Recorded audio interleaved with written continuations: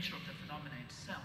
And what made that possible is the very cause that produced the phenomena itself, also produced that phenomena in the nation's one's understanding of impermanence.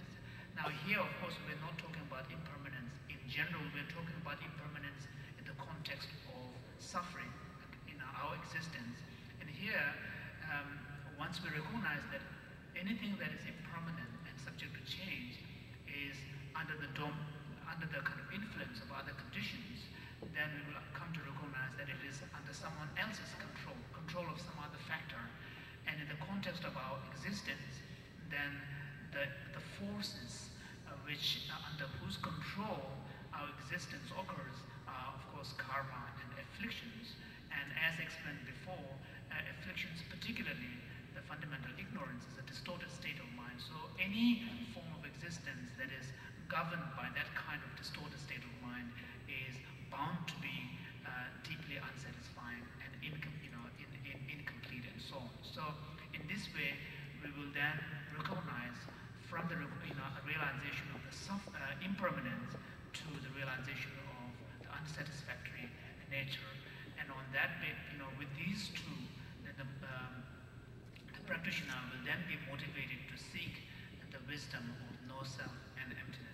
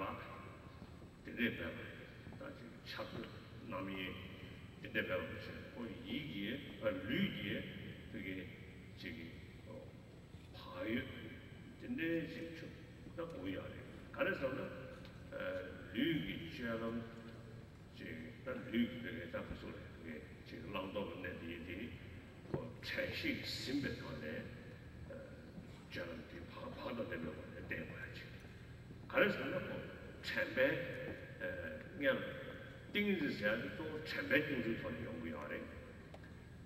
나 챔베 그냥 류마 이용하고 담배 전시 뒤터네 장부. 사실이 이거 있잖아요. 치료를 하면 당고도 소리. 또 다른 리스미스 무슨라고이나 류기니 주던데 또 류기니 주던데 치료를 하고. 대내 딱 나가니 주던데 되래. 대내 이기 미국 세션 내야 전시 때문에 띵지 주야. 대 좋아도 전에 시대를 양양 뒤신 커머시는 타르는 거먹는 주는 거네. 또 이것은 또 되게 다 답변이지 람데에서 도스 주고요.